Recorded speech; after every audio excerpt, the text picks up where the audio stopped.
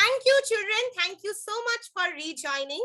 So, yes, there are a few more. Hopefully, we will be able to, yes, we can start. So, I'll just complete what I was saying to you all.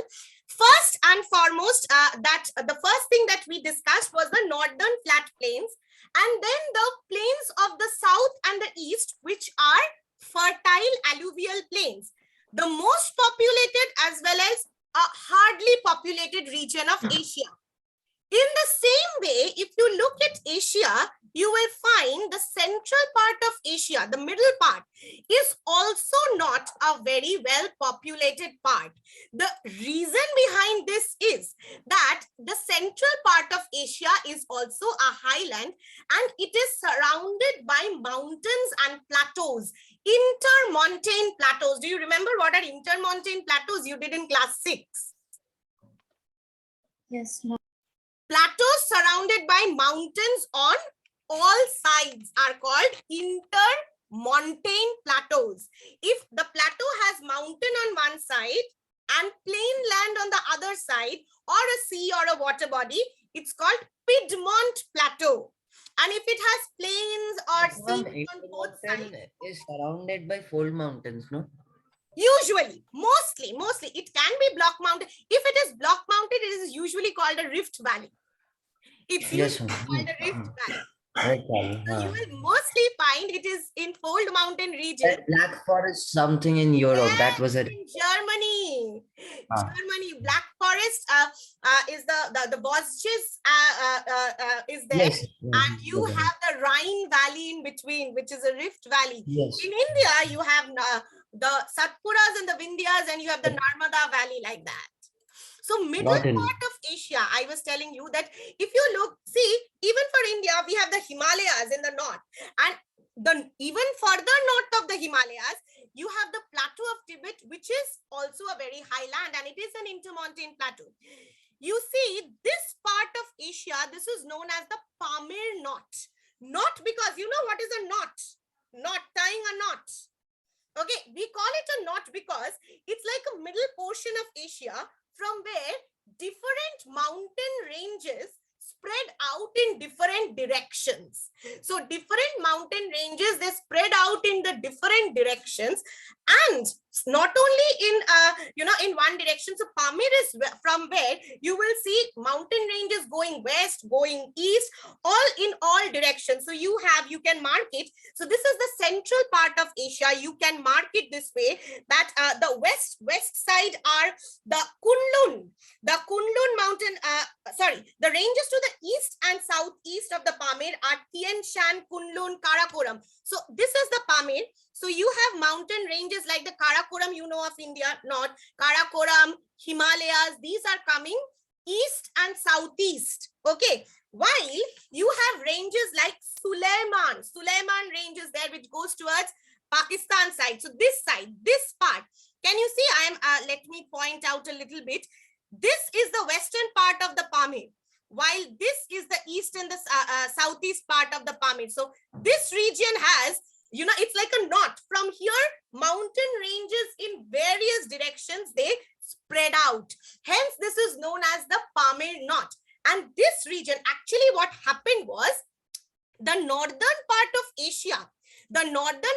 Asia, was, not initially attached to the southern part of Asia. Initially, the southern part, India and all these parts, they were not attached to this northern part. But due to plate tectonics, you remember, right? The plates move. The plates are broken. So due to plate tectonics, so we used to call this land the Gondwana land. The Gondwana land is the southern part. So they moved.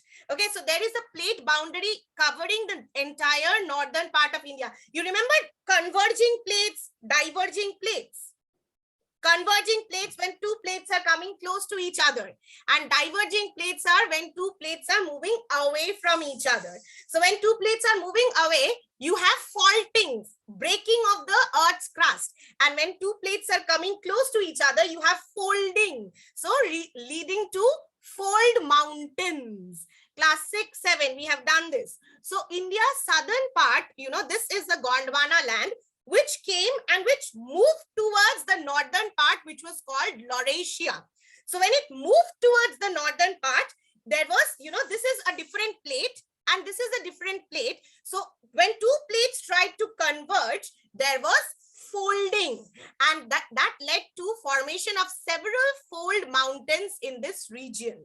Okay, and this middle part of Asia is the highest part with lots of mountains and intermontane plateaus.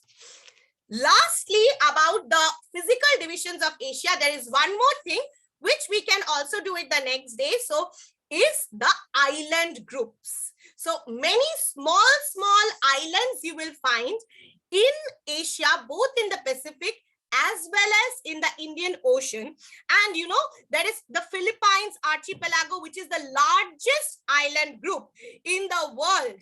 Okay, so you have these. So you have Philippines is there, and some of the archipelagos along with, do you remember Rockies and Andes of North America and South America? The western side of North America and South America, the two mountain ranges, Rockies and Andes, do you remember? Yes, ma'am.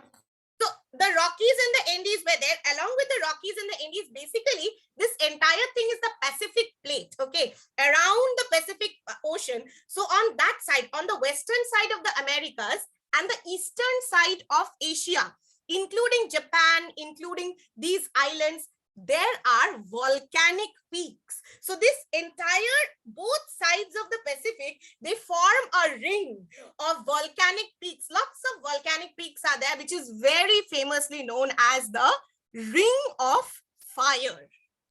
If you look at America's map, Andes and the Andes and the Rockies, the Western Cordilleras, we call it. So Western Cordilleras, you will find lots of volcanic peaks. So all around the Pacific and the eastern side of Asia, in these islands, in Japan and all, you have volcanic peaks. Together, they form a ring around the Pacific, which is called the Pacific Ring of Fire. Very, very famous. There is a movie also on that. Okay, we will keep it till here for today. Next day, again, I'll do a little bit of revision, and then we can continue with the, we will do a revision of this part, and then I'll teach you a little bit about the climate. All right? Read through. If you have any queries, you can get back to me. Okay? Bye-bye. Yes. Thank you, ma'am. Thank you, ma'am. Thank you for rejoining. Thank you so much.